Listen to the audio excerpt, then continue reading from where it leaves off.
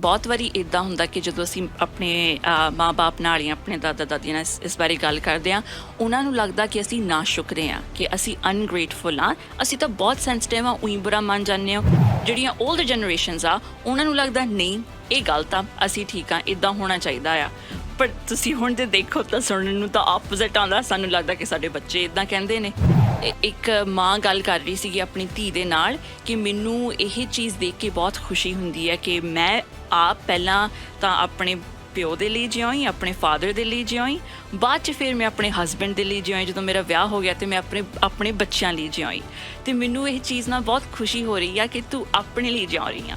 ਬਹੁਤ ਵਾਰੀ ਸਾਡੀ ਮਦਰਸ ਨੂੰ ਜਾਂ ਸਾਡੀ ਗ੍ਰੈਂਡ ਮਦਰਸ ਨੂੰ ਇੰਗਜ਼ਾਇਟੀ ਹੁੰਦੀ ਆ, ਜਾਂ ਉਹਨਾਂ ਨੂੰ ਉਹਨਾਂ ਦੇ ਮੂੰਹ ਉੱਪਰ ਦਿਖ ਰਿਹਾ ਹੁੰਦਾ ਵੀ ਉਹ ਕਿਸੇ ਸਿਚੁਏਸ਼ਨ ਵਿੱਚ ਕੰਫਰਟੇਬਲ ਨਹੀਂ ਗੇ, ਪਰ ਉਹ ਕਦੇ ਵੀ ਬਾਊਂਡਰੀ ਨਹੀਂ ਖਿੱਚਣਗੇ, ਕਿਉਂਕਿ ਉਹਨਾਂ ਨੂੰ ਲੱਗੂਗਾ ਕਿ ਉਹਦੇ ਨਾਲ ਤਾਂ ਮਾਹੌਲ ਹੋਰ ਵੀ ਖਰਾਬ ਹੋਊਗਾ।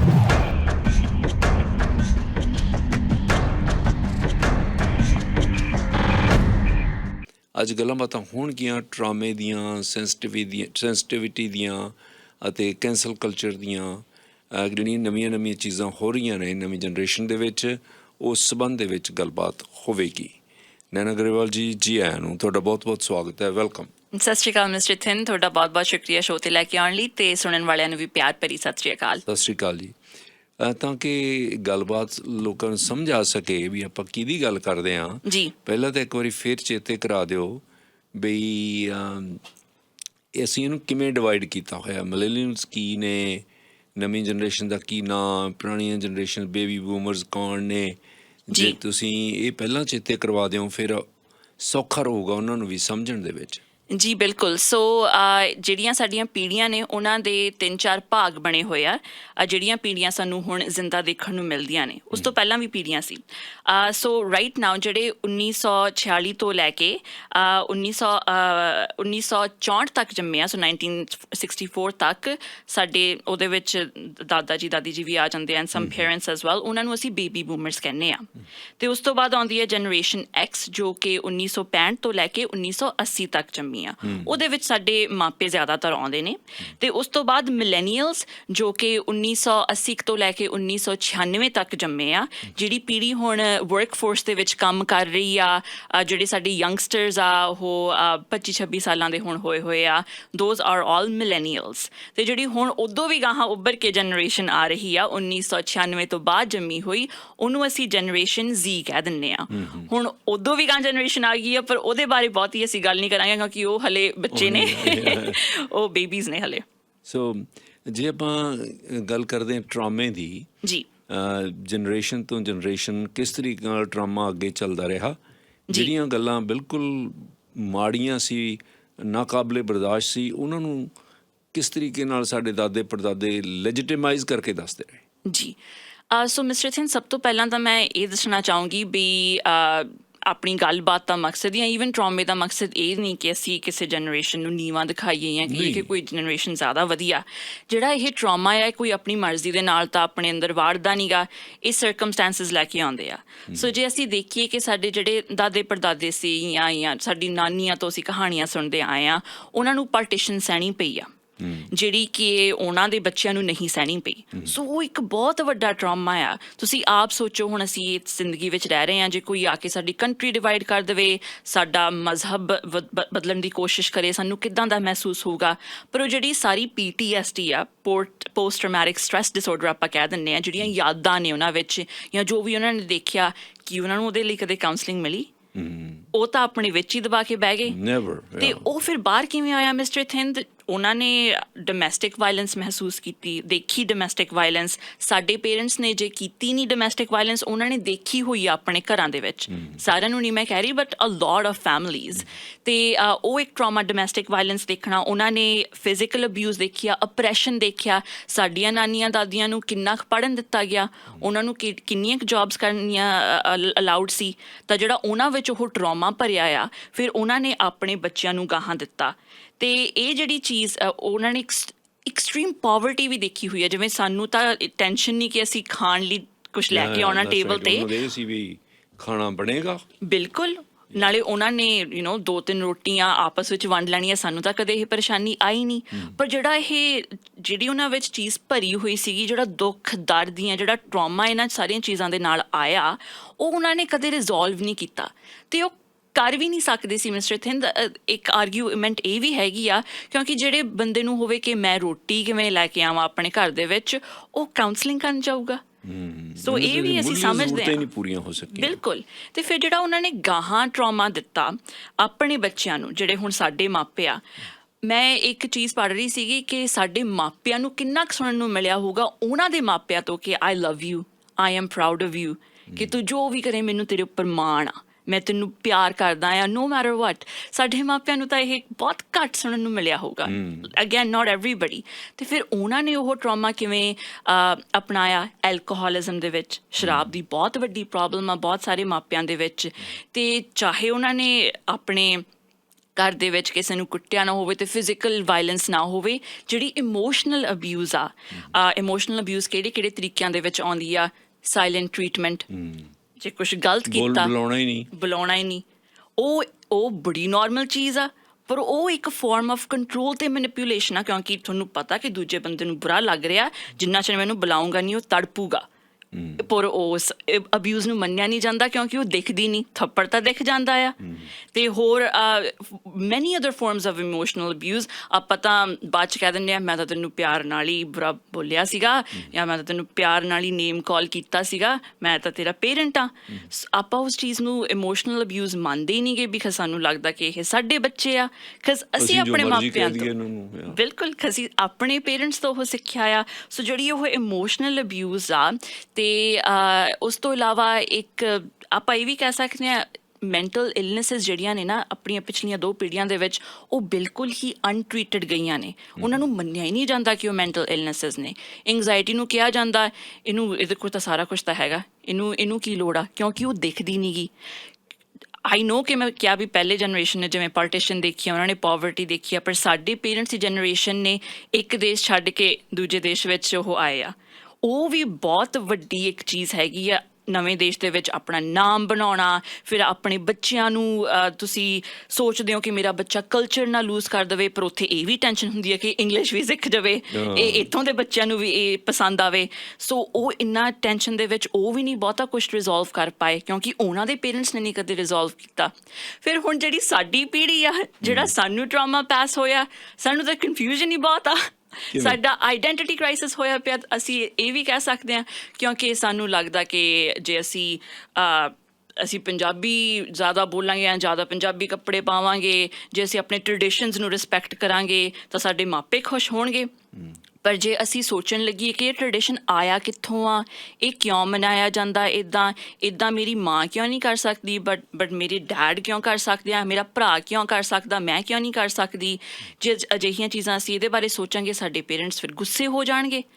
ਸੋ ਜੇ ਅਸੀਂ ਆਪਣੇ ਆਪ ਨੂੰ ਪਹਿਲਾਂ ਰੱਖਾਂਗੇ, ਨਾ ਇਹ ਸੋਚਦਿਆਂ ਹੋਇਆਂ ਕਿ ਜੋ ਮੇਰੇ ਪੇਰੈਂਟਸ ਦੀ ਪੇਨ ਆ ਉਹ ਮੇਰੀ ਰਿਸਪੋਂਸੀਬਿਲਿਟੀ ਆ, ਤਾਂ ਸਾਨੂੰ ਸੈਲਫਿਸ਼ ਆਖਣਗੇ।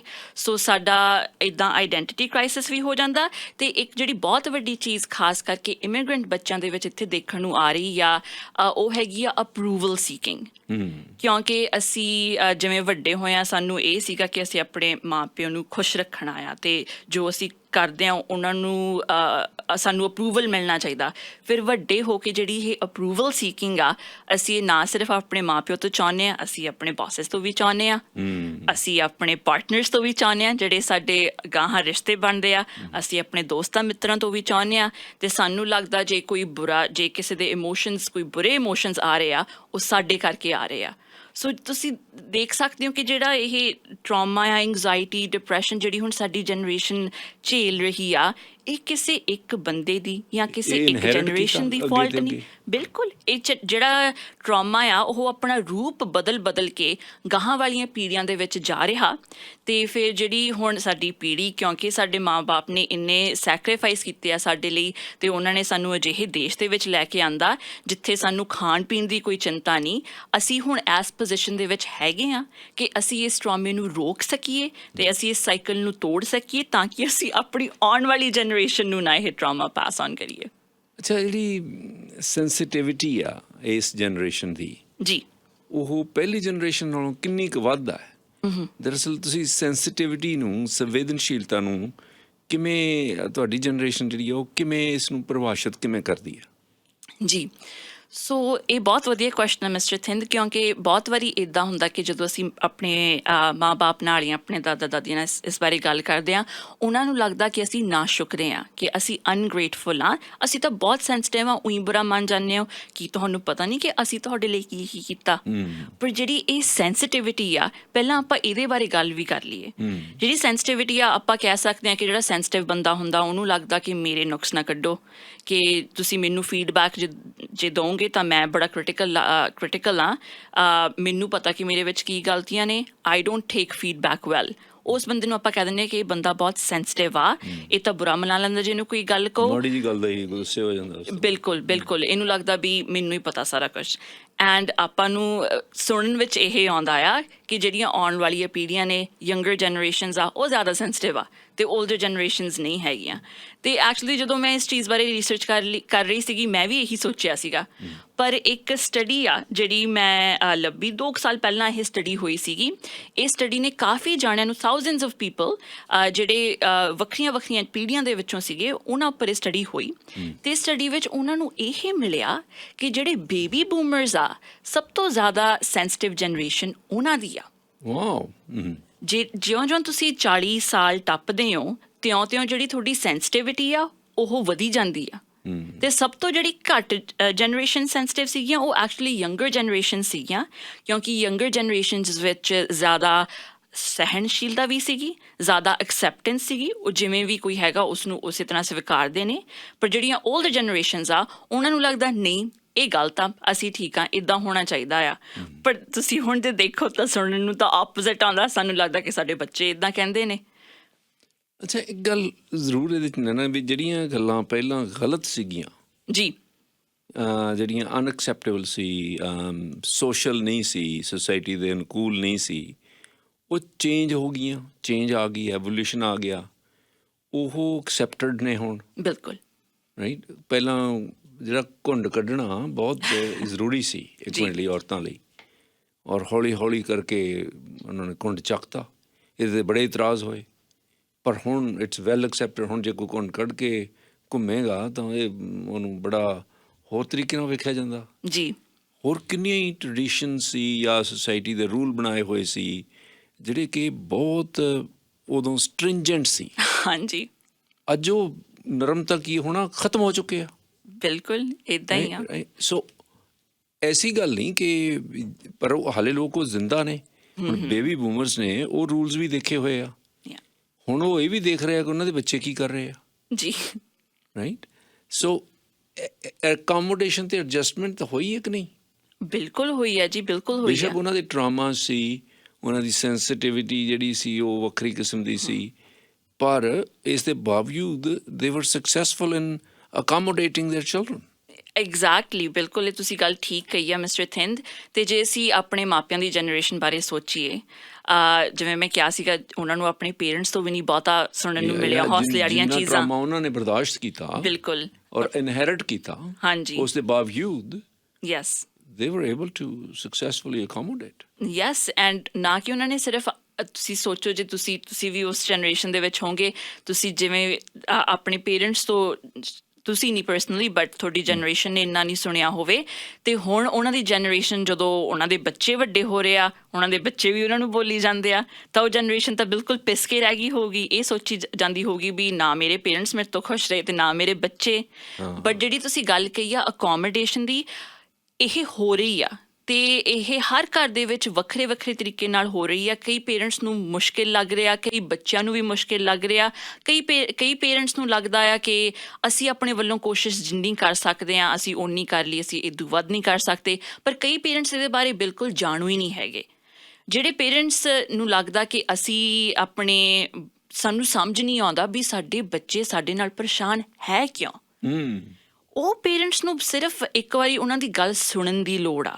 ਦੇ need to listen to their child. ਅਤੇ ਫਿਰ ਸੁਣ ਕੇ ਇਹ ਨਾ ਉਹ ਕਹਿਣ ਕਿ ਤੂੰ ਮੈਨੂੰ ਆਪਣੀ ਗੱਲ ਦੱਸਤੀ ਪਰ ਇਹ ਗੱਲ ਡਜ਼ਨਟ ਮੇਕ ਸੈਂਸ ਬਿਕਾਜ਼ ਸਾਡਾ ਟਰਾਮਾ ਅਸੀਂ ਤਾਂ ਇਹ ਸਹਿਆ ਸੀ, ਅਸੀਂ ਉਹ ਸਹਿਆ ਸੀ, ਤੁਸੀਂ ਤਾਂ ਮਾੜਾ ਜਿਹਾ ਉੱਦਾਂ ਹੀ ਕਹਿੰਦੇ ਹੋ ਵੀ ਤੁਹਾਨੂੰ ਡਿਪਰੈਸ਼ਨ ਹੋ ਗਿਆ, ਐਂਗਜ਼ਾਇਟੀ ਹੋ ਗਿਆ ਮਾੜੀ ਗੱਲ ਪਿੱਛੇ ਹੀ ਜੀ।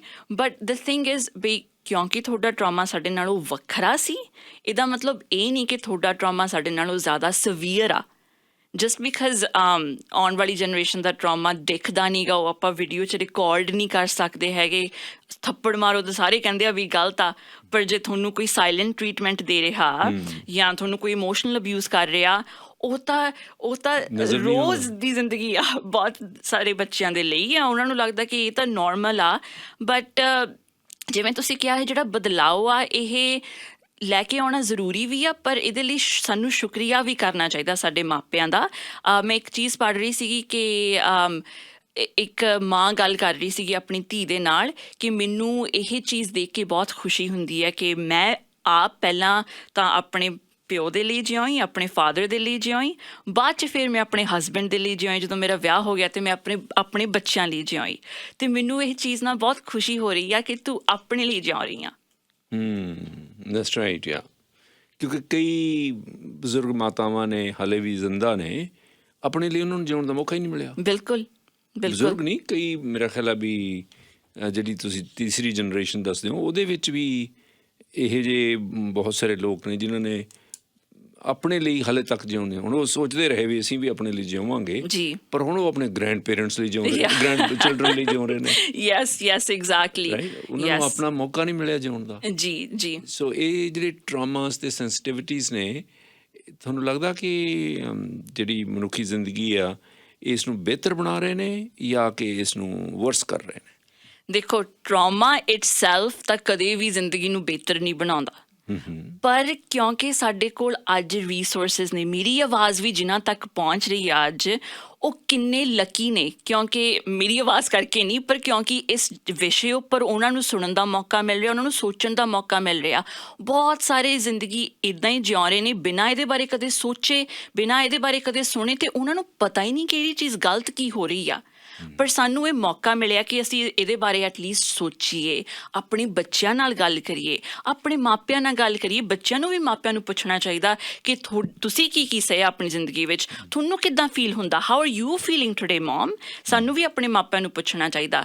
ਉਹ ਚੀਜ਼ ਜਿਹੜੀ ਹੈਗੀ ਆ ਟਰਾਮੇ ਨੂੰ ਡੀਲ ਕਰਨਾ, ਟਰਾਮੇ ਨੂੰ ਪਹਿਚਾਨਣਾ, ਉਹਨੂੰ ਵੈਲਿਡ ਸਮਝਣਾ, ਅਤੇ ਇਹ ਅਹਿਸਾਸ ਆਪਣੇ ਆਪ ਨੂੰ ਦਿਵਾਉਣਾ ਕਿ ਕਿਸੇ ਦਾ ਟਰਾਮਾ ਵੀ ਕਿਸੇ ਨਾਲੋਂ ਘੱਟ ਨਹੀਂ, ਕਿਸੇ ਦਾ ਟਰਾਮਾ ਕਿਸੇ ਨਾਲੋਂ ਵੱਧ ਵੀ ਨਹੀਂ। ਐਵਰੀਬਡੀਜ਼ ਟਰਾਮਾ ਇਜ਼ ਵੈਲਿਡ। ਉਹ ਚੀਜ਼ ਦਾ ਅਹਿਸਾਸ ਜ਼ਿੰਦਗੀ ਨੂੰ ਜ਼ਰੂਰ ਬਿਹਤਰ ਬਣਾ ਸਕਦਾ।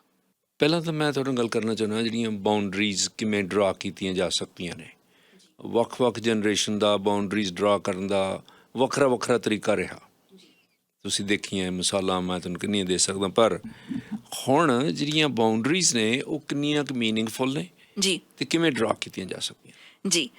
ਮਿਸਟਰ ਥਿਨ, ਸਭ ਤੋਂ ਪਹਿਲਾਂ ਤਾਂ ਬਹੁਤ ਵਾਰੀ ਪਹਿਲਾਂ ਤਾਂ ਬਾਊਂਡਰੀਜ਼ ਦੱਸ ਦਿੰਦੇ ਵੀ ਹੁੰਦਾ ਕੀ ਆ। ਬਾਊਂਡਰੀਜ਼ ਆਪਾਂ ਕਹਿ ਸਕਦੇ ਹਾਂ ਕਿ ਲਕਸ਼ਮਣ ਰੇਖਾ ਜਾਂ ਇੱਕ ਸੀਮਾ ਹੁੰਦੀ ਹੈ ਜਿਹੜੀ ਅਸੀਂ ਕਹੀਏ ਕਿ ਓਕੇ, ਜੇ ਤੁਸੀਂ ਮੇਰੇ ਨਾਲ ਗੁੱਸੇ ਵਿੱਚ ਗੱਲ ਕਰਨੀ ਆ ਜਾਂ ਜੇ ਤੁਸੀਂ ਹੱਥ ਚੁੱਕਣਾ ਆ, ਤੁਹਾਡੇ ਪਾਰਟਨਰ ਨਾਲ ਵੀ ਇਹ ਬਾਊਂਡਰੀ ਹੋ ਸਕਦੀ ਆ। I'm not just talking about parents, ਤੁਹਾਡੇ ਇੰਪਲੋਇਰ ਨਾਲ ਵੀ ਹੋ ਸਕਦੀ ਆ ਵੀ ਜੇ ਤੁਸੀਂ ਮੇਰੇ ਨਾਲ ਇੱਦਾਂ ਗੱਲ ਕਰਨੀ ਆ ਤਾਂ ਟੇਕ ਅ ਰੈਸਟ। ਮੇਰੀ ਬਾਊਂਡਰੀ ਇਹ ਆ ਕਿ ਜਦੋਂ ਮੇਰੇ ਨਾਲ ਤੁਸੀਂ ਰਿਸਪੈਕਟਫੁਲ ਤਰੀਕੇ ਨਾਲ ਗੱਲ ਕਰੋਗੇ, ਮੈਂ ਉਦੋਂ ਤੁਹਾਡੇ ਨਾਲ ਗੱਲ ਕਰਨ ਲਈ ਤਿਆਰ ਹਾਂ। ਜਾਂ ਬਾਊਂਡਰੀ ਇਹ ਵੀ ਹੋ ਸਕਦੀ ਹੈ ਜਿਹੜੀ ਬਹੁਤ ਸਾਰੀ ਹੁਣ ਪੇਰੈਂਟਿੰਗ ਬੁੱਕਸ ਵਿੱਚ ਵੀ ਹੁੰਦਾ ਆ ਕਿ ਜਿਹੜੀ ਲੜਾਈ ਆ ਜਾਂ ਜੇ ਤੁਸੀਂ ਆਪਣੇ ਪਾਰਟਨਰ ਦੇ ਨਾਲ ਕੋਈ ਡਿਸਐਗਰੀਮੈਂਟ ਦੇ ਵਿੱਚੋਂ ਬੱਚੇ ਇਨਵੋਲਵ ਨਾ ਹੋਣ। ਜੀ ਹਾਂਜੀ, ਬੱਚੇ ਇਨਵੋਲਵ ਨਾ ਹੋਣ ਉਸ ਚੀਜ਼ ਦੇ ਵਿੱਚ, ਉਹ ਬਾਊਂਡਰੀ ਆ। ਪਰ ਜਿਹੜੇ ਪੇਰੈਂਟਸ ਨੇ ਉਹਨਾਂ ਨੂੰ ਖਾਸ ਕਰਕੇ, ਕਿਉਂਕਿ ਉਹਨਾਂ ਨੇ ਆਪਣੇ ਘਰ ਦੇ ਵਿੱਚ ਇਹੀ ਦੇਖਿਆ ਹੋਇਆ ਕਿ ਜਦੋਂ ਰੌਲਾ ਪੈਂਦਾ ਸੀ ਸਾਰਾ ਪਿੰਡ ਇਕੱਠਾ ਹੋ ਜਾਂਦਾ ਸੀਗਾ ਘਰ ਤਾਂ ਛੱਡੋ, ਤਾਂ ਉਹਨਾਂ ਨੂੰ ਕਈ ਵਾਰੀ ਹੋ ਸਕਦਾ ਇਹ ਅਹਿਸਾਸ ਹੋਵੇ ਕਿ ਜੇ ਇਹ ਬਾਊਂਡਰੀ ਡਰਾ ਹੋ ਰਹੀ ਆ, ਜੇ ਇਹ ਸੀਮਾ ਡਰਾ ਹੋ ਰਹੀ ਆ, ਤਾਂ ਮੇਰਾ ਬੱਚਾ ਮੈਨੂੰ ਪਿਆਰ ਨਹੀਂ ਕਰਦਾ। But that's not true. ਜਿਹੜੀ ਬਾਊਂਡਰੀ ਖਿੱਚਣੀ ਆ ਉਹ ਹੈਗੀ ਆ ਇੱਕ ਫੋਰਮ ਆਫ ਸੈਲਫ ਕੇਅਰ। ਉਹ ਹੈਗਾ ਆਪਣੇ ਬਾਰੇ ਸੋਚਣਾ, ਆਪਣੇ ਆਪ ਬਾਰੇ ਇੰਨਾ ਕੁ ਕੇਅਰ ਕਰਨਾ ਕਿ ਇਹ ਚੀਜ਼ ਮੇਰੀ ਮਾਨਸਿਕ ਸਥਿਤੀ ਨੂੰ ਗਲਤ ਪ੍ਰਭਾਵ ਪਾਊਗੀ, ਸੋ ਮੈਂ ਇਹ ਸੀਮਾ ਡਰਾ ਕਰ ਰਿਹਾ। ਅਤੇ ਇਹ ਕੋਈ ਇੱਦਾਂ ਟੈਕਨੀਕਲ ਕੰਟਰੈਕਟ ਤਾਂ ਹੈ ਨਹੀਂ ਗਾ ਮਿਸਟਰ ਥਿਨ। ਜੇ ਹੁਣ ਇਸ ਤਰ੍ਹਾਂ ਕਰਨਾ ਨਹੀਂ ਚਾਹੁੰਦਾ, ਮੈਂ ਕੰਫਰਟੇਬਲ ਨਹੀਂ। Yes exactly. ਜੇ ਹੁਣ ਕੋਈ ਐਮਰਜੈਂਸੀ ਆਵੇ ਤਾਂ you can break those boundaries too, ਕੋਈ ਇੱਦਾਂ ਦੀ ਗੱਲ ਨਹੀਂ ਗੀ, ਪਰ ਉਹ ਇੱਕ ਵਾਰੀ ਕਰਕੇ ਫਿਰ ਅਕਿਊਮੂਲੇਟ ਜੇ ਉਹ ਹੁੰਦੀ ਜਾਵੇ, ਇੰਨੇ ਸਾਲਾਂ ਦੀ ਉਹ ਬਾਉਂਡਰੀ ਜੇ ਤੁਸੀਂ ਨਹੀਂ ਰਿਸਪੈਕਟ ਕਰਦੇ ਤਾਂ ਫਿਰ ਉਹ ਚੀਜ਼ ਟਰੋਮੇ ਦੇ ਵਿੱਚ ਬਦਲਦੀ ਆ। ਸੋ ਇਸ ਲਈ ਉਹ ਬਾਉਂਡਰੀ ਖਿੱਚਣੀ ਜ਼ਰੂਰੀ ਆ। ਜੇ ਤੁਹਾਡੀ ਬਾਡੀ ਬਹੁਤ ਵਾਰੀ ਸਾਡੀ ਮਦਰਸ ਨੂੰ ਜਾਂ ਸਾਡੀ ਗ੍ਰੈਂਡ ਮਦਰਸ ਨੂੰ ਐਂਗਜ਼ਾਇਟੀ ਹੁੰਦੀ ਆ, ਜਾਂ ਉਹਨਾਂ ਨੂੰ ਉਹਨਾਂ ਦੇ ਮੂੰਹ ਉੱਪਰ ਦਿਖ ਰਿਹਾ ਹੁੰਦਾ ਵੀ ਉਹ ਕਿਸੇ ਸਿਚੁਏਸ਼ਨ ਵਿੱਚ ਕੰਫਰਟੇਬਲ ਨਹੀਂ ਗਏ, ਪਰ ਉਹ ਕਦੇ ਵੀ ਬਾਉਂਡਰੀ ਨਹੀਂ ਖਿੱਚਣਗੇ ਕਿਉਂਕਿ ਉਹਨਾਂ ਨੂੰ ਲੱਗੂਗਾ ਕਿ ਉਹਦੇ ਨਾਲ ਤਾਂ ਮਾਹੌਲ ਹੋਰ ਵੀ ਖਰਾਬ ਹੋਊਗਾ। ਜਾਂ ਤੁਸੀਂ ਹੁਣ ਅੱਜ ਦੇ ਦਿਨਾਂ ਦੇ ਵਿੱਚ ਲੈ ਲਓ, ਬਹੁਤ ਜਿਹੜੇ ਯੰਗ ਵਰਕਰਸ ਵੀ ਆ ਉਹ ਹੁਣ ਇਹ ਕਹਿਣਾ ਸਿੱਖ ਰਹੇ ਆ, ਪਰ ਸਾਡੇ ਪੇਰੈਂਟਸ ਨੇ ਤਾਂ ਕਦੇ ਆਪਣੇ ਬੌਸ ਨੂੰ ਨੋ ਕਿਹਾ ਹੀ ਨਹੀਂ ਸੀਗਾ। ਯੰਗ ਵਰਕਰਸ ਹੁਣ ਸਾਫ਼ ਦੱਸ ਦਿੰਦੇ ਵੀ ਨੋ, ਇਹ ਨਹੀਂ ਹੋਣਾ, ਇਹ ਗਲਤ ਆ, ਇਹ ਮੇਰੇ ਤੋਂ ਹੋਣਾ ਨਹੀਂ ਗਾ, ਜਾਂ ਅੱਜ ਮੈਂ 5 ਵਜੇ ਲੌਗ ਆਫ ਕਰ ਰਿਹਾ, 5:30 ਵਾਲੀ ਮੀਟਿੰਗ ਮੇਰੇ ਤੋਂ ਨਹੀਂ ਅਟੈਂਡ ਹੋਣੀ ਹੈਗੀ। ਉਹ ਬਾਉਂਡਰੀ ਆ, ਕਿਉਂਕਿ ਉਹਨਾਂ ਨੂੰ ਪਤਾ ਕਿ 5 ਵਜੇ ਤੋਂ ਬਾਅਦ ਮੇਰਾ ਫੈਮਿਲੀ ਟਾਈਮ ਆ, 5 ਵਜੇ ਤੱਕ ਮੈਂ ਕੰਮ ਕਰਨਾ ਸੀਗਾ, ਮੈਂ ਬਾਉਂਡਰੀ ਖਿੱਚ ਰਿਹਾ, ਕਿਉਂਕਿ ਨਹੀਂ ਤਾਂ boss will get used to it. ਹੁਣ ਜੇ 1 ਸਾਲ ਦੇ ਵਿੱਚ ਇੱਕ ਵੱਡੀ ਮੀਟਿੰਗ ਆ ਗਈ ਕਿ 5:30 ਦੀ ਮੀਟਿੰਗ ਕਰਨੀ ਪਈ, ਤੁਸੀਂ ਕਰ ਸਕਦੇ ਹੋ, ਬਟ ਅਗੇਨ ਐਂਡ ਅਗੇਨ ਤੁਸੀਂ ਬਾਉਂਡਰੀ ਨੂੰ ਇੰਪੀਡ ਕਰੀ ਜਾਓ। ਤੁਹਾਡੀ 5 ਵਜੇ ਮੀਟਿੰਗ ਹੋਣੀ, ਉਹ ਕਹਿੰਦਾ ਨੋ, ਉਹ ਕਹਿੰਦੇ ਨੋ, ਬਟ ਸਾਡੇ ਪੇਰੈਂਟਸ ਨੇ ਕਦੇ ਉਹ ਬਾਉਂਡਰੀ ਡਰਾ ਹੀ ਨਹੀਂ ਕੀਤੀ ਸੀਗੀ। ਸੋ ਇਹ ਸਿਰਫ ਘਰ ਦੇ ਵਿੱਚ ਨਹੀਂ, ਇਹ ਕੰਮ ਤੇ ਵੀ ਹੁੰਦਾ ਸੀ। ਪਰ ਤੁਸੀਂ ਦੇਖ ਰਹੇ ਹੋ ਵੀ ਜਦੋਂ ਜਿਉਂ ਜਿਹੜੀ ਨਵੀਂ ਜਨਰੇਸ਼ਨ ਬਾਉਂਡਰੀਜ਼ ਡਰਾ ਕਰ ਰਹੀ ਆ ਜੀ, ਤਿਉਂ ਹੀ ਜਿਹੜੇ ਇੰਪਲੋਇਰ ਨੇ ਜਾਂ ਦੂਸਰੀਆਂ ਪਾਰਟੀਆਂ ਜਿਹੜੀਆਂ ਉਹਨਾਂ ਨਾਲ ਇਨਵੋਲਵ ਨੇ, ਉਹ ਇੱਕਦਮ ਸਤਰਕ ਹੋ ਰਹੇ ਆ, ਚੌਕਸ ਹੋ ਰਿਹਾ। ਉਹਦੀ ਗੈਰਹਾਜ਼ਰੀ 'ਚ ਕਹਿ ਦੇਣਗੇ ਨੋ ਉਹ ਤਾਂ ਆ ਨਹੀਂ ਸਕੇਗਾ, ਕਿਉਂਕਿ ਉਹਦੀ ਬਾਉਂਡਰੀ ਡਰਾ ਕੀਤੀ ਹੋਈ ਹੈ 5 ਵਜੇ ਵਾਲੀ ਮੀਟਿੰਗ, ਉਹ ਤਾਂ ਆ ਨਹੀਂ ਸਕੇਗਾ। ਹਾਂਜੀ, ਜਾਂ ਆਪਾਂ ਮੀਟਿੰਗ 4 ਵਜੇ ਕਿਉਂ ਨਹੀਂ ਰੱਖ ਲੈਂਦੇ ਜੀ, ਜਾਂ ਉਸ ਤੋਂ ਬਿਨਾਂ ਮੀਟਿੰਗ ਕੀਤੀ ਜਾ ਸਕਦੀ ਹੈ। ਬਿਲਕੁਲ, ਕਿਉਂਕਿ ਉਹਦੀ ਬਾਉਂਡਰੀ ਡਰਾ ਕੀਤੀ ਹੋਈ ਹੈ। ਬਿਲਕੁਲ, ਤੇ ਬਹੁਤ ਵਾਰੀ ਮੀਟਿੰਗ ਈਮੇਲ 'ਚ ਬਦਲ ਜਾਂਦੀ ਆ, ਮੀਟਿੰਗ ਦੀ ਲੋੜ ਹੀ ਨਹੀਂ ਪੈਂਦੀ। ਸੋ ਉਹੀ ਮੈਂ ਕਹਿ ਰਿਹਾ, ਜਿਹੜੀਆਂ ਬਾਉਂਡਰੀਜ਼ ਡਰਾ ਕੀਤੀਆਂ ਹੋਈਆਂ ਨੇ ਉਹ ਦੱਸ ਦੇਣੀਆਂ ਚਾਹੀਦੀਆਂ ਨੇ। ਅੱਜ ਕੱਲ੍ਹ ਕੋਈ ਐਸੀ ਗੱਲ ਨਹੀਂ ਹੈ, ਇਹ ਕੋਈ ਹੁਕਮ ਅਦੂਲੀ ਜਾਂ ਅਵਗਿਆ ਜਾਂ ਕੋਈ ਇਸ ਤਰ੍ਹਾਂ ਦੀ ਕਿਸੇ ਚੀਜ਼ ਨੂੰ ਕ੍ਰਾਸ ਕਰਨ ਵਾਲੀ ਗੱਲ ਨਹੀਂ ਹੈ। ਜੀ, ਬਿਲਕੁਲ, ਇਹ ਸਿਰਫ ਇਸ ਚੀਜ਼ ਨੂੰ ਦਰਸਾਉਂਦੀ ਹੈ, ਜਿਵੇਂ ਕਹਿੰਦੇ ਹੁੰਦੇ ਆ ਕਿ ਹਰ ਕੋਈ ਆਪਣੀ ਪੇਟੀ ਦਾ ਆਪ ਹੀ ਜ਼ਿੰਮੇਵਾਰ ਆ ਟਾਈਪ ਸਿਚੁਏਸ਼ਨ। ਤੁਸੀਂ ਆਪਣੀ ਮੈਂਟਲ ਹੈਲਥ ਬਾਰੇ ਸੋਚਣਾ ਆ ਕਿ ਤੁਸੀਂ ਤੁਹਾਡੇ ਲਈ ਕੀ ਠੀਕ ਆ, ਫਿਰ ਹੀ ਤੁਸੀਂ ਕਿਸੇ ਹੋਰ ਦੀ ਮਦਦ ਕਰ ਸਕਦੇ ਹੋ, ਫਿਰ ਹੀ ਤੁਸੀਂ ਆਪਣੇ ਬੱਚਿਆਂ ਦੀ ਮਦਦ ਕਰ ਸਕਦੇ ਹੋ। ਅੱਛਾ, ਇਹਦੇ ਨਾਲ ਲੱਗਦੀ ਗੱਲ ਮੈਂ ਹੋਰ ਕਰਨੀ ਚਾਹੁੰਦਾ ਤੁਹਾਡੇ ਨਾਲ ਜੀ। ਹੁਣ ਸੈਲਫ ਕੇਅਰ ਸ਼ਬਦ ਮੈਂ ਬਹੁਤ ਸੁਣ ਰਿਹਾ, ਯੰਗਰ ਮੁੰਡੇ ਕੁੜੀਆਂ ਜਿਹੜੇ ਆ ਜੀ, ਸੈਲਫ ਕੇਅਰ ਸ਼ਬਦ ਇਹ ਬਹੁਤ ਵਰਤਿਆ ਜਾ ਰਿਹਾ ਜੀ। ਕਈ ਸ਼ਬਦ ਹੁਣ ਲੇਟਲੀ ਆਏ ਆ, ਜਿਵੇਂ ਨੈਰੇਟਿਵ ਸ਼ਬਦ ਵੀ 4-5 ਸਾਲ ਪਹਿਲਾਂ ਨੈਰੇਟਿਵ ਸ਼ਬਦ ਇੰਨਾ ਪਪੂਲਰ ਨਹੀਂ ਸੀ। ਹਾਂਜੀ, ਹੁਣ ਇਹ ਬਹੁਤ ਕਾਮਨ ਆ, ਹਰ ਕਨਵਰਸੇਸ਼ਨ ਦੇ ਵਿੱਚ ਤੁਸੀਂ ਸੁਣੋਗੇ, ਚੇਂਜ ਦ ਨੈਰੇਟਿਵ। ਹੁਣ ਜਿਹੜੀ ਸੈਲਫ ਕੇਅਰ ਵੀ ਆ, ਅਬ ਮੈਂ 2 ਸਾਲਾਂ ਤੋਂ ਤਾਂ ਬਹੁਤ ਹੀ ਸੁਣ ਰਿਹਾ ਵੀ ਸੈਲਫ ਕੇਅਰ ਕੀ ਆ, ਸੈਲਫ ਕੇਅਰ ਮੈਂ ਅਸੀਂ ਸੈਲਫ ਕੇਅਰ ਐਕਸਪੈਰੀਮੈਂਟ ਕਰ ਰਹੇ ਹਾਂ। ਸੈਲਫ ਕੇਅਰ ਕੀ ਆ? So self care basically I think ਸਭ ਤੋਂ ਈਜ਼ੀ ਸਮਝਣ ਲਈ ਇਹ ਆ, ਜਿਵੇਂ ਤੁਸੀਂ ਆਪਣੇ ਮਾਪਿਆਂ ਦਾ, ਆਪਣੇ ਬੱਚਿਆਂ ਦਾ, ਆਪਣੇ ਦੋਸਤਾਂ ਦਾ, ਆਪਣੇ ਈਵਨ ਐਮਪਲੋਇਰਸ ਦਾ ਧਿਆਨ ਰੱਖੋਗੇ, ਜੇ ਤੁਸੀਂ ਉਵੇਂ ਆਪਣਾ ਵੀ ਧਿਆਨ ਰੱਖਣ ਲੱਗੇ ਫਿਰ ਕੀ ਹੋਊਗਾ? ਜਦੋਂ ਤੁਸੀਂ ਬਿਮਾਰ ਹੁੰਦੇ ਹੋ, ਕਈ ਵਾਰੀ ਸਾਡੀਆਂ ਮਾਵਾਂ ਬਿਮਾਰ ਹੁੰਦੀਆਂ ਬਟ ਦੇਰ ਸਟਿਲ ਲਾਈਕ ਨਹੀਂ ਮੈਂ ਰੋਟੀ ਬਣਾਉਣੀ ਆ, ਬਿਕਾਜ਼ ਮੇਰੇ ਘਰ ਦੇ ਭੁੱਖੇ ਮਰ ਜਾਣਗੇ। ਜੇ ਉਹ ਫਲਿੱਪ ਕੀਤੀ ਜਾਵੇ ਚੀਜ਼, ਤੇ ਜੇ ਤੁਸੀਂ ਇਹ ਸੋਚੋ ਕਿ ਮੈਂ ਸਾਲ ਦੇ ਵਿੱਚ 365 ਦਿਨ ਰੋਟੀ ਬਣਾਉਣੀ ਆ, ਮੈਂ ਅੱਜ ਬਿਮਾਰ ਹਾਂ, ਅੱਜ ਮੈਂ ਆਪਣੇ ਆਪ ਦਾ ਧਿਆਨ ਰੱਖ ਲਾਂ ਤੇ ਮੈਂ ਘੰਟਾ ਹੋਰ ਸੌਂ ਲੈਂਦੀ ਹਾਂ, ਉਸ ਚੀਜ਼ ਨੂੰ ਸੈਲਫ ਕੇਅਰ ਕਹਿੰਦੇ ਆ। ਐਂਡ ਇਹਦਾ ਪ੍ਰਭਾਵ ਕੀ ਪੈਂਦਾ?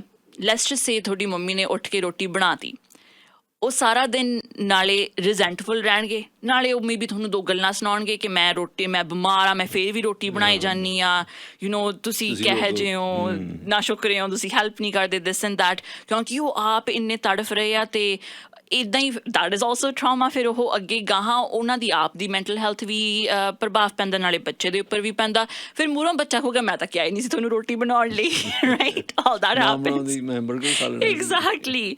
ਪਰ ਜੇ ਤੁਸੀਂ ਸੈਲਫ ਕੇਅਰ ਕਰਦੇ ਹੋ, ਜੇ ਤੁਹਾਡੀ mummy 1 more hour in bed ਉਹ ਸੌਂ ਲੈਂਦੇ ਆ, ਉਹ ਫਰੈਸ਼ ਉੱਠਣਗੇ, ਉਹ ਖੁਸ਼ ਉੱਠਣਗੇ, ਬੱਚਿਆਂ ਦੀ ਰੋਟੀ ਆਪ ਖਾਧੀ ਹੋਊਗੀ, ਉਹਨਾਂ ਨੂੰ ਵੀ ਵਧੀਆ ਲੱਗੂਗਾ, ਉਹਨਾਂ ਦੀ ਮਾਂ ਨੂੰ, ਉਹਨਾਂ ਦੇ ਬੱਚਿਆਂ ਨੂੰ ਵੀ ਉਹਨਾਂ ਦਾ ਹੱਸਦਾ ਚਿਹਰਾ ਦੇਖਣ ਨੂੰ ਮਿਲੂਗਾ।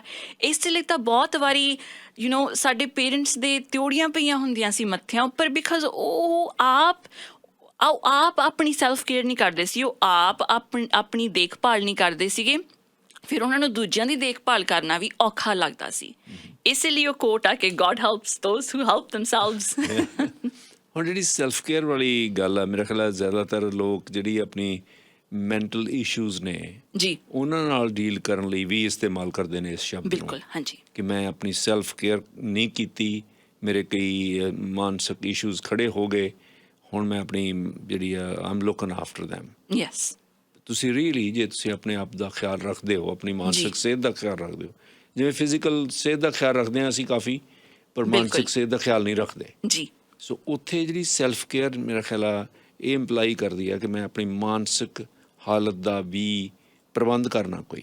ਬਿਲਕੁਲ ਤੇ ਇਹ ਬਹੁਤ ਜਾਣਿਆਂ ਲਈ ਮਿਸਟਰ ਥਿੰਦ ਔਖੀ ਚੀਜ਼ ਵੀ ਹੋ ਸਕਦੀ ਆ ਕਿਵੇਂ? ਬਿਕਾਜ਼ ਗੈਸ ਵਾਟ, ਜੇ ਤੁਸੀਂ ਇਹ ਕਹਿ ਰਹੇ ਹੋ ਵੀ ਮੈਂ ਆਪਣੀ ਮਾਨਸਿਕ ਸਥਿਤੀ ਦਾ ਆਪ ਜ਼ਿੰਮੇਵਾਰ ਹਾਂ, then all of a sudden ਤੁਸੀਂ ਕਿਸੇ ਹੋਰ ਨੂੰ ਨਹੀਂ ਬਲੇਮ ਕਰ ਸਕਦੇ। ਤੁਸੀਂ ਕਿਸੇ ਹੋਰ ਨੂੰ ਨਹੀਂ ਕਹਿ ਸਕਦੇ ਕਿ ਤੇਰੀਆਂ ਚੋਇਸਿਸ ਕਰਕੇ ਜਾਂ ਤੇਰੇ ਤੇਰੇ pressure ਫੈਸਲੇ ਕਰਕੇ। ਕਰਕੇ ਜਾਂ ਤੇਰੇ ਪ੍ਰੈਸ਼ਰ ਕਰਕੇ ਮੈਨੂੰ ਇਦਾਂ ਮਹਿਸੂਸ ਹੋ ਰਿਹਾ। ਬਿਕਾਜ਼ ਸੈਲਫ ਕੇਅਰ ਦਾ ਮਤਲਬ ਤਾਂ ਜਾਂ ਤੇ ਮੈਂਟਲ ਹੈਲਥ ਦਾ ਮਤਲਬ ਤਾਂ ਇਹ ਹੋਇਆ ਕਿ ਮੈਨੂੰ ਆਪਣੇ ਬਾਰੇ ਆਪ ਇਹ ਚੀਜ਼ ਸੋਲਵ ਤਾਂ ਕਰਨੀ ਮੈਂ ਪੈਣੀ ਆਪਦੀ ਆ, ਆਪ ਨਜਿੱਠੂੰਗਾ ਜੀ। ਤੇ ਉਹ ਵੀ ਬਹੁਤ ਵੱਡੀ ਟਾਸਕ ਆ। ਇਹ ਕਿਸੇ ਇੱਕ ਦਿਨ 'ਚ ਨਹੀਂ ਹੋ ਸਕਦੀ, ਇਹਨੂੰ ਬਹੁਤ ਸਾਲ ਲੱਗ ਜਾਂਦੇ ਆ ਤੇ ਬਹੁਤ ਇਹਦੇ ਵਿੱਚ ਯਤਨ ਵੀ ਲੱਗਦਾ ਆ। ਤੁਸੀਂ ਆਪਣੇ ਅੰਦਰੋਂ ਮੋਟੀਵੇਸ਼ਨ ਲੈ ਕੇ ਆਉਣੀ ਆ, ਤੁਸੀਂ ਕਿਸੇ ਸਟੋਰ ਤੋਂ ਬਾਏ ਨਹੀਂ ਕਰ ਸਕਦੇ, ਉਹ ਤੁਹਾਨੂੰ ਆਪਣੇ ਵਿੱਚ ਪੈਦਾ ਕਰਨੀ ਪੈਂਦੀ ਆ। ਤੇ ਬਹੁਤ ਚੀਜ਼ਾਂ ਜਿਹੜੀਆਂ ਤੁਸੀਂ ਸੁਣਦੇ ਆ ਰਹੇ ਹੋ ਕਿ ਇਹ ਤਾਂ ਨਾਰਮਲ ਆ, ਇਹ ਤਾਂ ਇਦਾਂ ਹੀ ਹੁੰਦਾ, ਇਹ ਤਾਂ ਅਸੀਂ ਇਦਾਂ ਹੀ ਦੇਖਿਆ ਸੀ, ਹੁਣ ਤਾਂ ਅਸੀਂ ਇਦਾਂ ਹੀ ਕਰਨਾ, ਉਹ ਬਦਲਣਾ ਪੈਣਾ। ਤੇ ਉਹ ਕਿੰਨੀ ਇੱਕ ਬਹੁਤ ਵੱਡਾ ਉਹ ਢਾਂਚਾ ਆ ਚੱਕਣ ਦੇ ਲਈ। ਸੈਲਫ ਕੇਅਰ ਦੀ ਇੰਪੋਰਟੈਂਸ ਜੇ ਆਪਾਂ ਇਉਂ ਲਈਏ, ਫਰਜ਼ ਕਰੋ ਤੁਸੀਂ ਆਪਣੇ ਮਾਤਾ ਜੀ ਨੂੰ, ਜਿਵੇਂ ਤੁਸੀਂ ਮਿਸਾਲ ਦਿੱਤੀ ਸੀ, ਜਾਂ ਪਿਤਾ ਜੀ ਨੂੰ ਬਹੁਤ ਪਿਆਰ ਕਰਦੇ ਹੋ, ਜੀ ਤੁਸੀਂ ਉਹਨਾਂ ਦੀ ਲੁੱਕ ਆਫਟਰ ਕਰਨਾ ਚਾਹੁੰਦੇ ਹੋ, ਜੀ ਤੁਸੀਂ ਕਰੀ ਵੀ ਜਾਂਦੇ ਹੋ ਜੀ ਹਰ ਸੰਭਵ ਤਰੀਕੇ ਨਾਲ। ਪਰ ਜੇ ਤੁਸੀਂ ਇਹੋ ਜਿਹੀ ਸਿਚੁਏਸ਼ਨ 'ਚ ਚਲੇ ਗਏ ਜਿੱਥੇ ਤੁਸੀਂ ਆਪਣੇ ਆਪ ਦੀ ਕੇਅਰ ਨਹੀਂ ਕੀਤੀ, ਤੇ ਤੁਸੀਂ ਫਿਰ ਆਪਣੀ ਸਭ ਤੋਂ ਪਿਆਰੀ ਚੀਜ਼ ਦੀ ਕੇਅਰ ਵੀ ਨਹੀਂ ਕਰ ਸਕੋਗੇ। ਬਿਲਕੁਲ ਬਿਲਕੁਲ ਸੈਲਫ ਕੇਅਰ ਨੂੰ ਕਹਿੰਦੇ ਇਸ ਕਰਕੇ ਵੀ ਜ਼ਿਆਦਾ ਹੁਣ ਇੰਪੋਰਟੈਂਸ ਦਿੱਤੀ ਜਾ ਰਹੀ ਆ, ਇਹ ਮਹੱਤਵਪੂਰਨ ਆ, ਜੀ ਕਿਉਂਕਿ ਜੇ ਤੁਸੀਂ ਆਪਣੇ ਪਿਆਰਿਆਂ ਦੀ, ਆਪਣੇ ਬੱਚਿਆਂ ਦੀ, ਆਪਣੇ ਪੇਰੈਂਟਸ ਦੀ ਦੇਖਭਾਲ ਕਰਨਾ ਚਾਹੁੰਦੇ ਹੋ, ਉਹਨਾਂ ਨੂੰ ਪਿਆਰ ਦੇਣਾ ਚਾਹੁੰਦੇ ਹੋ, ਉਹਨਾਂ ਨਾਲ ਸਮਾਂ ਗੁਜ਼ਾਰਨਾ ਚਾਹੁੰਦੇ ਹੋ, ਜਾਂ ਉਹਨਾਂ ਦੀ ਜੋ ਵੀ ਤੁਸੀਂ ਸਮਝਦੇ ਹੋ ਕਿ ਅਸੀਂ ਇਹਨੂੰ ਦੇ ਸਕਦੇ ਹਾਂ, ਉਹ ਤਾਂ ਹੀ ਦੇ ਸਕਦੇ ਹੋ ਜੇ ਤੁਸੀਂ ਸੈਲਫ ਕੇਅਰ ਕਰਦੇ ਹੋ। ਜੀ ਜੇ ਤੁਸੀਂ ਸੈਲਫ ਕੇਅਰ ਨਹੀਂ ਕਰਦੇ, ਤੁਸੀਂ ਤਾਂ ਕਿਸੇ ਕੰਮ ਦੇ ਨਹੀਂ, ਤੁਸੀਂ ਤਾਂ ਆਪਣੇ ਆਪ ਦੇ ਵੀ ਕੰਮ ਦੇ ਨਹੀਂ ਰਹੇ, ਬਿਲਕੁਲ ਤੁਸੀਂ ਬਿਲਕੁਲ ਕਿਸੇ ਦੇ ਕੀ ਕੰਮ ਆਉਣਾ। ਬਿਲਕੁਲ। ਤੇ ਬਹੁਤ ਵਾਰੀ ਤੁਸੀਂ ਜਿਹੜੇ ਸੁਣਨ ਵਾਲੇ ਨੇ ਕਦੇ ਇਦਾਂ ਕਰਕੇ ਦੇਖਿਓ ਕਿ ਸੋਚਿਓ ਕਿ ਤੁਸੀਂ ਆਪਣੇ ਆਪ ਨਾਲ ਆਪਣੇ ਅੰਦਰ ਕਿਸ ਤਰ੍ਹਾਂ ਗੱਲ ਕਰਦੇ ਹੋ, ਤੇ ਫਿਰ ਉਸ ਨੂੰ ਕੰਪੇਅਰ ਕਰਿਓ ਕਿ ਜੇ ਤੁਹਾਡਾ ਬੈਸਟ ਫਰੈਂਡ ਕਦੇ ਤੁਹਾਨੂੰ ਕੋਈ ਪ੍ਰੋਬਲਮ ਲੈ ਕੇ ਆਵੇ ਤੁਹਾਡੇ ਕੋਲ, ਤੁਸੀਂ ਉਹਦੇ ਨਾਲ ਕਿਸ ਤਰ੍ਹਾਂ ਗੱਲ ਕਰੋਗੇ। And it's going to be completely different. ਆਪਾਂ ਨੂੰ ਇਸ ਚੀਜ਼ ਨੂੰ ਬਦਲਣ ਦੀ ਲੋੜ ਆ ਕਿ ਆਪਾਂ ਆਪਣੇ ਦਿਮਾਗ ਦੇ ਵਿੱਚ ਆਪਣੇ ਨਾਲ ਕਿਸ ਤਰ੍ਹਾਂ ਦੀ ਗੱਲ ਕਰਦੇ ਹਾਂ। ਆਪਾਂ ਕਿਸੇ ਕੇਅਰਿੰਗ ਪਰਸਪੈਕਟਿਵ ਤੋਂ ਆਉਂਦੇ ਹਾਂ ਕਿ ਅਸੀਂ ਇਹ ਕਹਿੰਦੇ ਹਾਂ ਅੱਜ ਤੂੰ ਜਿਮ ਨਹੀਂ ਗਿਆ, ਕਿੰਨੀ ਮਾੜੀ ਗੱਲ ਆ, ਅੱਜ ਤੂੰ ਇਹ ਨਹੀਂ ਕੀਤਾ, ਤੈਨੂੰ ਸ਼ਰਮ ਨਹੀਂ ਆਉਂਦੀ, ਅੱਜ ਤੂੰ ਇਸ ਸਵੇਰੇ ਇੰਨੀ ਛੇਤੀ ਉੱਠਿਆ ਨਹੀਂ, ਆਹ ਕਿਉਂ ਖਾ ਰਿਹਾ, ਮੋਟਾ ਹੋ ਜਾਏਗਾ ਇਹਦੇ ਨਾਲ। ਤੁਸੀਂ ਕਦੇ ਕਹੋਗੇ ਆਪਣੇ ਫਰੈਂਡ ਨੂੰ? ਨੈਵਰ। ਆਪਣੇ ਫਰੈਂਡ ਨੂੰ ਤੁਸੀਂ ਕਿੰਨਾ ਪੋਜ਼ਿਟਿਵਲੀ ਕਹੋਗੇ, ਚੱਲ ਹੁਣ ਖਾ ਲਾ, ਦੈਟਸ ਓਕੇ, ਕੱਲ ਨੂੰ ਨਾ ਖਾਈ, ਹੁਣ ਕੱਲ ਨੂੰ ਹੋਰ ਕੁਛ ਖਾ ਲਈ। ਬਟ ਆਪਾਂ ਆਪਣੀ ਜਿਹੜੀ ਸੈਲਫ ਟਾਕ ਆ ਉਹ ਇੰਨੀ ਨੈਗੇਟਿਵ ਆ, ਤੇ ਫਿਰ ਉਹੀ ਬਾਹਰ ਵੀ ਆਉਂਦੀ ਆ। That's right. ਅਸੀਂ ਕਈ ਵਾਰੀ ਆਪਣੇ ਆਪ ਨਾਲ ਇਨਸਾਫ ਨਹੀਂ ਕਰਦੇ। ਜੀ ਆਪਣੇ ਆਪ ਨਾਲ ਇਨਸਾਫ ਕਰਨਾ ਵੀ ਇੱਕ ਕਿਸਮ ਦੀ ਸੈਲਫ ਕੇਅਰ ਹੀ ਆ। ਬਿਲਕੁਲ। ਸਪੋਇਲ ਕਰਨਾ ਨਹੀਂ, ਆਪਣੇ ਆਪ ਨਾਲ ਇਨਸਾਫ ਕਰਨਾ। ਜੀ not to play the victim, but to say ਕਿ ਜੇ ਮੈਂ ਦੂਜਿਆਂ ਨੂੰ ਇੰਨੀ ਆਸਾਨੀ ਨਾਲ ਮਾਫ਼ ਕਰ ਸਕਦਾ, ਮੈਂ ਆਪਣੇ ਆਪ ਨੂੰ ਵੀ ਮਾਫ਼ ਕਰ ਸਕਦਾ। ਜੇ ਮੈਂ ਦੂਜਿਆਂ ਨੂੰ ਇੰਨਾ ਪਿਆਰ ਦੇ ਸਕਦਾ, ਮੈਂ ਆਪਣੇ ਆਪ ਨੂੰ ਵੀ ਦੇ ਸਕਦਾ। ਜੇ ਮੈਂ I'm sure ਸਾਡੇ ਪੇਰੈਂਟਸ, ਜੇ ਬੱਚਾ ਬਿਮਾਰ ਹੋਊਗਾ ਤਾਂ ਬੱਚੇ ਨੂੰ ਕਹਿਣਗੇ ਨਹੀਂ ਤੂੰ ਨਹੀਂ ਸਕੂਲ ਜਾਣਾ, ਪਰ ਜੇ ਆਪ ਬਿਮਾਰ ਹੋਣਗੇ ਕੰਮ 'ਤੇ ਚਲੇ ਜਾਣਗੇ ਉਹ। That's right. So self care ਬਹੁਤ ਇੰਪੋਰਟੈਂਟ ਆ। ਜੀ ਹੁਣ ਅਗਲੀ ਗੱਲ ਜਿਹੜੀ ਮੈਂ ਤੁਹਾਡੇ ਨਾਲ ਕਰਨੀ ਚਾਹੁੰਦਾ ਲਾਸਟ ਦੇ ਵਿੱਚ, ਉਹ ਹੈਗੀ ਆ ਕਿ ਜਿਹੜੀ ਕੈਂਸਲ ਕਲਚਰ ਦੀ ਗੱਲ ਚੱਲ ਰਹੀ ਆ। ਕਈ ਇਹੋ ਜਿਹੀਆਂ ਗੱਲਾਂ ਹੋਈਆਂ ਜਿਸ ਤਰੀਕੇ ਨਾਲ ਐਂਟ ਜਮੈਮਾ ਦਾ ਇੱਕ ਮੇਪਲ ਸਿਰਪ ਸੀ, ਉਹਨਾਂ ਨੂੰ ਆਪਣਾ ਨਾਂ ਬਦਲਣਾ ਪਿਆ ਕਿਉਂਕਿ ਉਹਦਾ ਓਰੀਜਨ ਜਿਹੜਾ ਸੀ ਉਹ ਗੁਲਾਮੀ 'ਚੋਂ ਹੋਇਆ। ਜਾਂ ਲਾਲ ਸਿੰਘ ਚੱਡਾ ਦੇ ਬਾਰੇ 'ਚ ਜਿਹੜੀ ਫਿਲਮ ਬਣੀ ਸੀ, ਮੈਂ ਤੁਹਾਨੂੰ ਉਹਦੇ ਨਾਲ ਵੀ ਪੁੱਛਣਾ ਚਾਹੁੰਦਾ। ਅਤੇ ਹੋਰ ਬੜੀਆਂ ਪ੍ਰੋਸ ਐਂਡ ਕੌਨਸ ਨੇ। ਆਸਕਰਸ ਦੇ ਵਿੱਚ ਤਬਦੀਲੀ ਕਰਨ ਦਾ ਇੱਕ ਬਹੁਤ ਵੱਡਾ ਕਾਰਨ ਇਹੀ ਰਿਹਾ, ਜਿਹੜੀ ਕਿ ਮੇਰੇ ਖਿਆਲ ਤਬਦੀਲੀ ਹੋ ਚੁੱਕੀ ਹੈ। ਸੋ ਤੁਸੀਂ ਇਹਨੂੰ ਕਿਵੇਂ ਵੇਖਦੇ ਹੋ, ਇਸ ਸਾਰੇ ਸਿਲਸਿਲੇ? ਜੀ ਮਿਸਟਰ ਥਿਨ ਸੋ ਪਹਿਲਾਂ ਦੱਸਦੀ ਸੁਣਨ ਵਾਲਿਆਂ ਨੂੰ ਕਿ ਕੈਂਸਲ ਕਲਚਰ ਹੈ ਕੀ ਤੇ ਬੋਇਕਾਟ ਵੀ ਸੇਮ ਥਿੰਗ ਨਹੀਂ ਹੋਣਾ ਚਾਹੀਦਾ but it's a little different boycott ਦੇ ਵਿੱਚ ਇੱਕ ਬੰਦਾ ਹੁੰਦਾ ਆ ਜਿਹੜਾ ਕਹਿੰਦਾ ਕਿ ਮੈਂ ਬੋਇਕਾਟ ਕਰ ਰਿਹਾ ਇਸ ਚੀਜ਼ ਨੂੰ ਬਿਕਾਜ਼ ਮੈਨੂੰ ਇਹ ਚੀਜ਼ ਵਧੀਆ ਨਹੀਂ ਲੱਗੀ ਪਰ ਕੈਂਸਲ ਕਲਚਰ ਦੇ ਵਿੱਚ ਇਹ ਲੋਕਾਂ ਦੀ ਇੱਕ ਵੱਡੀ ਮੂਵਮੈਂਟ ਬਣ ਜਾਂਦੀ ਆ ਉਹ ਇਹ ਨਹੀਂ ਚਾਹੁੰਦੇ ਕਿ ਇਸ ਬੰਦੇ ਨੂੰ ਜਾਂ ਇਸ ਬ੍ਰਾਂਡ ਨੂੰ ਥੋੜ੍ਹਾ ਜਿਹਾ ਹਾਰਮ ਕੀਤਾ ਜਾਵੇ ਜਾਂ ਅਨਫੋਲੋ ਕੀਤਾ ਜਾਵੇ ਉਹ ਚਾਹੁੰਦੇ ਆ ਕਿ ਇਸ ਚੀਜ਼ ਨੂੰ ਸਿਸਟਮ ਨੂੰ ਚੇਂਜ ਕੀਤਾ ਜਾਵੇ ਤੇ ਇਸ ਪੂਰੀ ਚੀਜ਼ ਨੂੰ ਕੱਟ ਆਫ ਕਰ ਦਿੱਤਾ ਜਾਵੇ ਕੈਂਸਲ ਕਲਚਰ ਦੇ ਵਿੱਚ ਬਹੁਤ ਸਾਰੇ ਕਰੀਅਰਸ ਜਿਹੜੇ ਹੈਗੇ ਆ ਉਹ ਬਿਲਕੁਲ ਹੀ ਤਬਾਹ ਹੋ ਜਾਂਦੇ ਆ ਸੋ ਜਿਹੜਾ ਇਹ ਕੈਂਸਲ ਕਲਚਰ ਹੈ ਇਹ ਲੋਕਾਂ ਦੀ ਮੂਵਮੈਂਟ ਇਸ ਲਈ ਵੀ ਚੱਲਦੀ ਆ ਰਹੀ ਆ ਹੁਣ ਪਿਛਲੇ ਦਿਨ ਹੀ ਐਕਚੁਅਲੀ ਇਹ ਚੀਜ਼ ਸ਼ੁਰੂ ਹੋਈ ਆ ਕਿਉਂਕਿ ਪਹਿਲਾਂ ਤਾਂ ਅਸੀਂ ਬੋਇਕਾਟ ਕਹਿ ਦਿੰਦੇ ਸੀਗੇ ਪਰ ਸੋਸ਼ਲ ਮੀਡੀਆ ਦੇ ਕਰਕੇ ਜੇ ਮੈਂ ਤੁਹਾਨੂੰ ਹੁਣ ਕੁਛ ਗਲਤ ਕਹਿਤਾ ਤਾਂ ਤੁਸੀਂ ਸੁਣਿਆ ਤੇ ਸੁਣਨ ਵਾਲਿਆਂ ਨੇ ਵੀ ਸੁਣਿਆ ਪਰ ਉਹ ਚੀਜ਼ ਇੱਥੇ ਨਹੀਂ ਸੀਮਤ ਰਹਿ ਜਾਣੀ ਉਹਦੇ ਬਾਰੇ ਬਾਅਦ 'ਚ ਰਿਕਾਰਡਿੰਗਸ ਵੀ ਬਾਹਰ ਆ ਜਾਣੀਆਂ ਨੇ ਉਹਦੀਆਂ ਗੱਲਾਂ ਬਾਅਦ ਦੇ ਵਿੱਚ ਹੋਣਗੀਆਂ ਸੋ ਇਸ ਲਈ ਸੋਸ਼ਲ ਮੀਡੀਆ ਦੇ ਕਰਕੇ ਜੋ ਵੀ ਕਿਤੇ ਵੀ ਹੁੰਦਾ ਆ ਉਹ ਪੂਰੀ ਦੁਨੀਆ ਦੇ ਵਿੱਚ ਜਾਣ ਜੋਗਾ ਹੋ ਜਾਂਦਾ ਆ ਤੇ ਉਹਦੇ ਕਰਕੇ ਕੈਂਸਲ ਕਲਚਰ ਪ੍ਰਫੁੱਲਤ ਹੋ ਰਿਹਾ ਐਂਡ ਜਿਹੜੀ ਜਮੀਮਾ ਸੀ ਉਹਦੀ ਕੀ ਕਹਾਣੀ ਸੀ ਜੀ ਸੋ ਐਂਟ ਜਮੀਮਾ ਦੀ ਕਹਾਣੀ ਕੁਛ ਇੱਦਾਂ ਸੀਗੀ ਕਿ ਪਿਛਲੇ ਜਦੋਂ ਸਲੇਵਰੀ ਹੁੰਦੀ ਸੀਗੀ ਸਲੇਵਰੀ ਦੇ ਦਿਨਾਂ ਦੇ ਵਿੱਚ ਇੱਕ ਗਾਣਾ ਬਣਿਆ ਸੀਗਾ ਐਂਟ ਜਮੀਮਾ ਉੱਪਰ ਜਿਹੜੇ ਸਲੇਵਰੀ ਦੇ ਰੂਟਸ ਨਾਲ ਕਨੈਕਟਡ ਸੀਗਾ ਅਤੇ ਉਹਨਾਂ ਦਿਨਾਂ ਦੇ ਵਿੱਚ ਜਿਹੜੇ ਬਲੈਕ ਪੀਪਲ ਸੀਗੇ ਉਹਨਾਂ ਨੂੰ ਰਿਸਪੈਕਟ ਦੇ ਨਾਲ ਇੱਜ਼ਤ ਦੇ ਨਾਲ ਨਹੀਂ ਬੁਲਾਇਆ ਜਾਂਦਾ ਸੀਗਾ ਮਿਸਟਰ ਐਂਡ ਮਿਸਿਸ ਉਹਨਾਂ ਦੇ ਨਾਮ ਨਾਲ ਲਾਉਣਾ ਗਲਤ ਸਮਝਿਆ ਜਾਂਦਾ ਸੀਗਾ ਇਸ ਲਈ ਮਿਸਟਰ ਐਂਡ ਮਿਸਿਸ ਦੀ ਜਗ੍ਹਾ ਐਂਟ ਤੇ ਅੰਕਲ ਲਾ ਦਿੰਦੇ ਸੀਗੇ ਸੋ ਇੱਦਾਂ ਹੀ ਕੁਛ ਬ੍ਰਾਂਡਸ ਜਿਹੜੇ ਆ ਉਹ ਉਦੋਂ ਦੇ ਸਮੇਂ ਤੋਂ ਉੱਭਰ ਕੇ ਹੁਣ ਤੱਕ ਆ ਰਹੇ ਨੇ ਜਿਵੇਂ ਅੰਕਲ ਬੈਨਸ ਵੀ ਇੱਕ ਬ੍ਰਾਂਡ ਆ ਤੇ ਐਂਟ ਜਮੀਮਾ ਵੀ ਇੱਦਾਂ ਇੱਕ ਬ੍ਰਾਂਡ ਸੀਗੀ ਬਟ ਉਹ ਜਿਹੜੀ ਕੰਪਨੀ ਸੀਗੀ ਉਹਨੂੰ ਬੈਕਲੈਸ਼ ਮਿਲਣ ਲੱਗੀ ਕੈਂਸਲ ਕਲਚਰ ਦੇ ਜ਼ਰੀਏ ਲੋਕੀ ਕਹਿਣ ਲੱਗੇ ਕਿਸੇ ਅਦਾਲਤ ਨੇ ਨਹੀਂ ਕਿਹਾ ਕਿਸੇ ਜਸਟਿਸ ਸਿਸਟਮ ਨੇ ਨਹੀਂ ਕਿਹਾ ਲੋਕੀ ਟਵਿੱਟਰ ਤੇ ਕਹਿਣ ਲੱਗੇ ਤੇ ਹੋਰ ਸੋਸ਼ਲ ਮੀਡੀਆ ਪਲੇਟਫਾਰਮਸ ਤੇ ਕਿ ਯੂ ਨੋ ਵਟ ਇਹ ਚੀਜ਼ ਸਲੇਵਰੀ ਤੋਂ ਆਈ ਆ ਇਹ ਬ੍ਰਾਂਡ ਦਾ ਨਾਮ ਗਲਤ ਆ ਫਿਰ ਉਹਨਾਂ ਨੇ ਇਹ ਬ੍ਰਾਂਡ ਹੁਣ ਜਿਹੜੇ ਗਰੋਸਰੀ ਸ਼ਾਪਿੰਗ ਕਰਨ ਜਾਂਦੇ ਹੋਣਗੇ ਤੁਸੀਂ ਦੇਖਦੇ ਹੋਵੋਗੇ ਆਇਲ ਦੇ ਵਿੱਚ ਉਹਦਾ ਨਾਮ ਬਦਲ ਕੇ ਹੁਣ ਪਰਲ ਮਿਲਿੰਗ ਕੰਪਨੀ ਹੋ ਚੁੱਕਿਆ ਆ ਸੋ ਇਸੇ ਤਰ੍ਹਾਂ ਆਸਕਰਸ ਦੇ ਵਿੱਚ ਵੀ ਇਹੀ ਮੇਰਾ ਖਿਆਲ ਇਸ਼ੂ ਉੱਠਿਆ ਸੀ ਜੀ ਆਸਕਰਸ ਦੇ ਵਿੱਚ ਵਿਲ ਸਮਿਥ ਤੇ ਜੇਡਾ ਸਮਿਥ ਸੈਲੇਬ੍ਰਿਟੀ ਕਪਲ ਨੇ 2015-16 ਦੇ ਵਿੱਚ ਉਹਨਾਂ ਨੇ ਆਸਕਰਸ ਨੂੰ ਕੈਂਸਲ ਕਰਤਾ ਸੀਗਾ ਉਹ ਕਹਿ ਰਹੇ ਸੀਗੇ ਟਵਿੱਟਰ ਉੱਪਰ ਕਿ ਆਸਕਰਸ ਦੇ ਵਿੱਚ ਸਾਰੇ ਗੋਰੇ ਆ ਵਾਈਟ ਲੋਕੀ ਆ ਸੋ ਪੀਪਲ ਆਫ ਕਲਰ ਉਹਨਾਂ ਨੂੰ ਰੈਪਰਜ਼ੈਂਟੇਸ਼ਨ ਨਹੀਂ ਮਿਲ ਰਹੀ ਅਤੇ ਫਿਰ ਇਹ ਜਿਹੜੀ ਮੂਵਮੈਂਟ ਸੀਗੀ ਇਹ ਬਹੁਤ ਵੱਡੀ ਹੋ ਗਈ ਸੀ ਬਹੁਤ ਹੋਰ ਸੈਲੈਬਰਿਟੀਜ਼ ਵੀ ਜੁੜ ਗਏ ਸੀ ਬਹੁਤ ਲੋਕੀ ਵੀ ਪੂਰੀ ਦੁਨੀਆ ਦੇ ਵਿੱਚ ਜੁੜ ਗਏ ਸੀਗੇ ਇਸ ਚੀਜ਼ ਦੇ ਨਾਲ ਪਰ ਇਹਦਾ ਫਾਇਦਾ ਵੀ ਹੋਇਆ 2019 ਦੇ ਵਿੱਚ ਆਈ ਥਿੰਕ ਉਸ ਸਾਲ ਦੇ ਵਿੱਚ ਸਭ ਤੋਂ ਜ਼ਿਆਦਾ ਬਲੈਕ ਵਿਨਰ ਸੀਗੇ